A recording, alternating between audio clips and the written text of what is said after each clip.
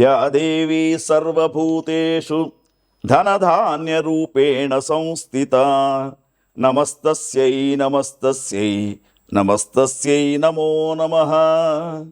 విశ్వావసునామ సంవత్సరంలో చూస్తున్నటువంటి ప్రేక్షకులకు 12 రాశులలో కన్యా రాశికి ఈ సంవత్సరం గురువు యొక్క అనుకూల్యత ఏ విధంగా ఉంది, ఏ పనులు వీళ్ళు చేయాలి, ఏ రంగంలో ఉన్నటువంటి వారు ఎటువంటి నిర్ణయాలు తీసుకోవాలనే విషయాన్ని చూసినప్పుడు కన్యా రాశిలో ఉత్తర 2, 3, 4 పాదాలు, హస్తా నక్షత్రం 1, 2, 3, 4 పాదాలు, చిత్తా నక్షత్రం 1, 2 పాదాలతో కన్యా రాశిని గమనించినప్పుడు ఉగాది నుండి మే 14 దాకా వీరికి గురువు 9వ స్థానంలో చాలా వైభవంగా కనబడుతూ ఉన్నాడు.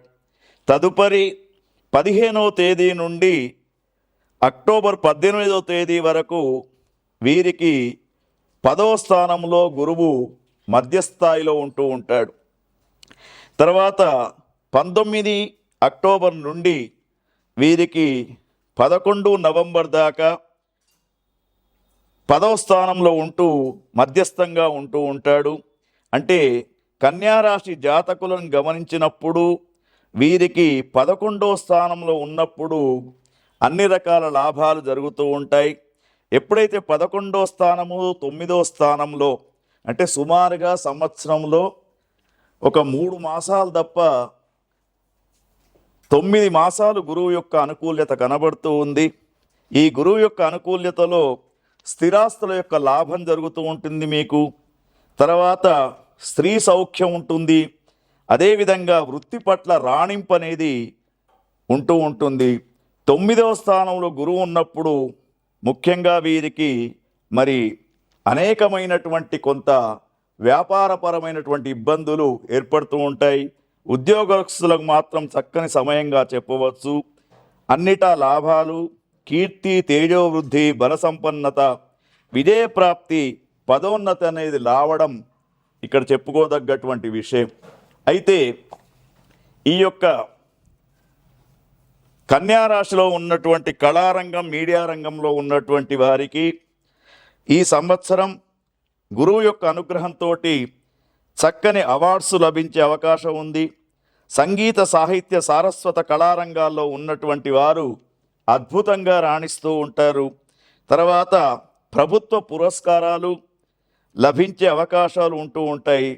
కాలానికి అనుగుణంగా నడుచుకోవడం మాత్రం ఈ కళారంగంలో ఉన్నటువంటి వారు, మీడియా రంగంలో ఉన్నటువంటి వారు తెలుసుకోదగ్గ విషయం. తర్వాత వ్యాపార రంగం, వాణిజ్య రంగంలో ఉన్నటువంటి కన్యారాశి జాతకులకు అనుకూలమైనటువంటి సంవత్సరంగా చెప్పుకోవచ్చు. మంచి వ్యాపార వృద్ధి కలుగుతూ ఉంటుంది. వ్యాపారంలో మీ ఆలోచనలకు అనుకూలమైనటువంటి ఫలితాలు కలుగుతూ ఉంటాయి. తర్వాత నూతన వ్యాపారాలు కలిసి వచ్చే అవకాశం కూడా మీకు కనబడుతూ ఉంది. అదేవిధంగా వ్యవసాయ రంగంలో ఉన్నటువంటి కన్యారాశి వారికి మధ్యస్థమైనటువంటి ఫలితాలు కనబడుతూ ఉన్నాయి. ఎందుకంటే వీరికి మొదటి 2 పంటలు రైతన్నులకు లాభాలు తెస్తూ ఉంటాయి. కందులు, ఇతర పప్పు దినుసులు, నూనె పంటలు చేసేవారికి కొంత దిగుబడి అధికమవుతూ ఉంటుంది. మరి మహిళలకు ముఖ్యంగా ఈ యొక్క కన్యారాశి జాతకులకు ముఖ్యంగా శారీరకపరమైనటువంటి శ్రమ ఎక్కువగా ఉంటుంది.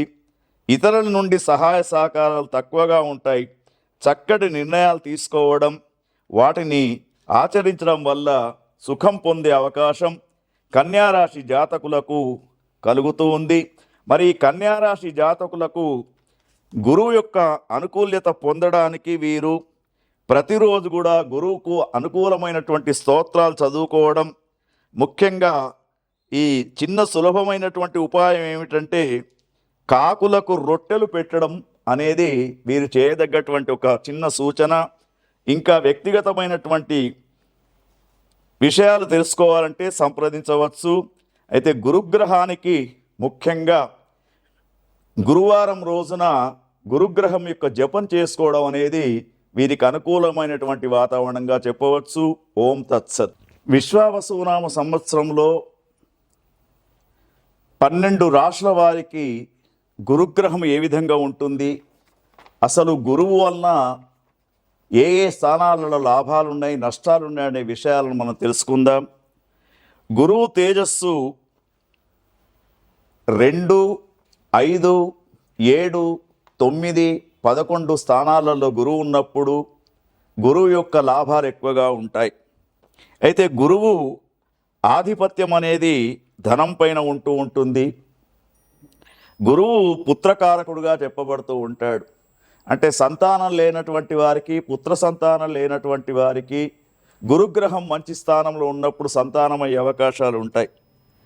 తర్వాత జన్మజాతకంలో గురువు బాగా ఉంటే, గురుదశ నడుస్తున్నటువంటి వారికి గురుని యొక్క తేజస్సు అధికంగా ఉండడంతో పాటు వారికి అనుకున్న పనులన్నీ కూడా పూర్తిగా జరుగుతూ ఉంటాయి. అయితే గురుగ్రహం యొక్క అనుకూల్యత కోసం పుష్యరాగం ధరించడం అనేది ఒక సూచనగా చెప్పవచ్చు.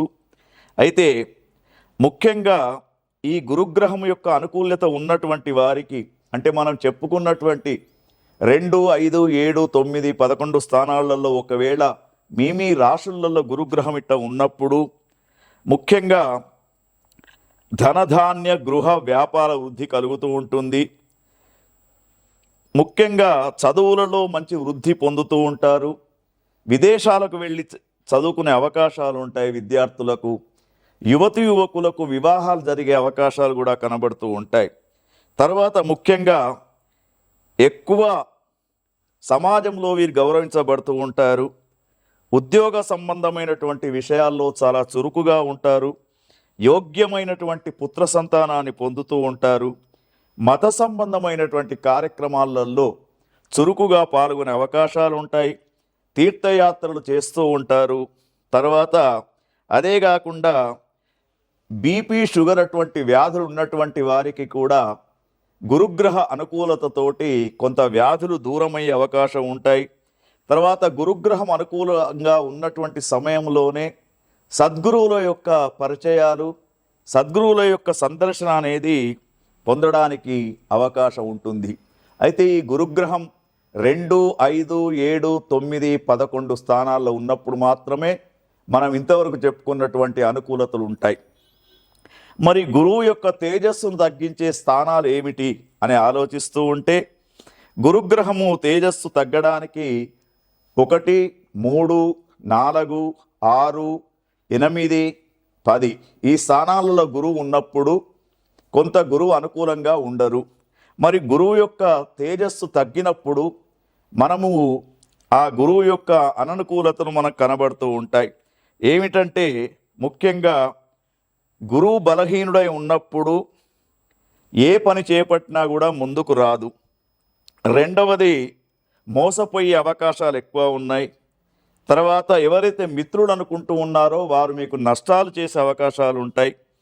తర్వాత మీ పైన సమాజంలో అపార్థాలకు చేసుకునే అవకాశాలు ఉంటాయి. గృహాలలో అనుకోనటువంటి సంఘటనలు ఎదురవుతూ ఉంటాయి. బంధువుల వలన ఎక్కువ ఖర్చులు అయ్యే అవకాశాలు ఉంటాయి.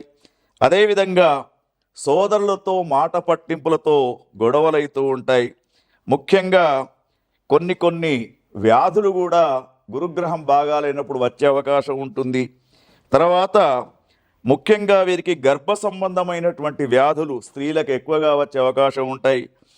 పగటిపూట ఎక్కువగా వీరు నిద్రాలోలుడై ఉంటూ ఉంటారు.